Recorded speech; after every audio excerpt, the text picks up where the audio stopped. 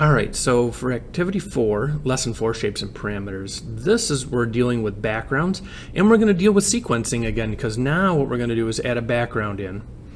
And we'll just kind of read through the directions here a second with you. So sometimes you want to fill the entire screen with a color. For that, you can use the background. So basically, when we ever see background on here, it will fill the entire screen. It says run the code see background work.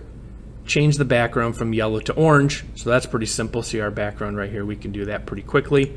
But see how we have this yellow. We'll change it to orange.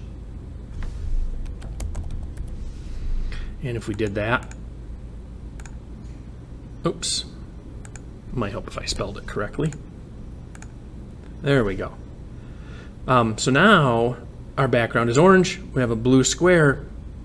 It does say challenge. There's a purple square that's covered up by the background. Can you change the order of this code so you can see the purple and blue squares? So this gets back to the whole sequencing thing again that we've talked about before. Our code runs, it fills in the purple.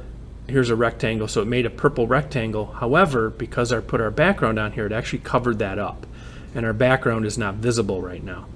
So let's go ahead and we'll move our background to the top. So we draw the background first, then it will do the purple shape and the blue shape, and then you'll see these on here. So if we run this, there's our purple square that we wanted. So this is really big in programming, is sequencing. Please make sure you kind of take note of that. Depending on where you have this background, that we'll use quite a bit from now on, is, you know, wherever these are at, they will cover up anything. So if you have a shape above them, it can potentially cover up your shape depending on how you're using it. Hopefully that helps you, and good luck with your coding.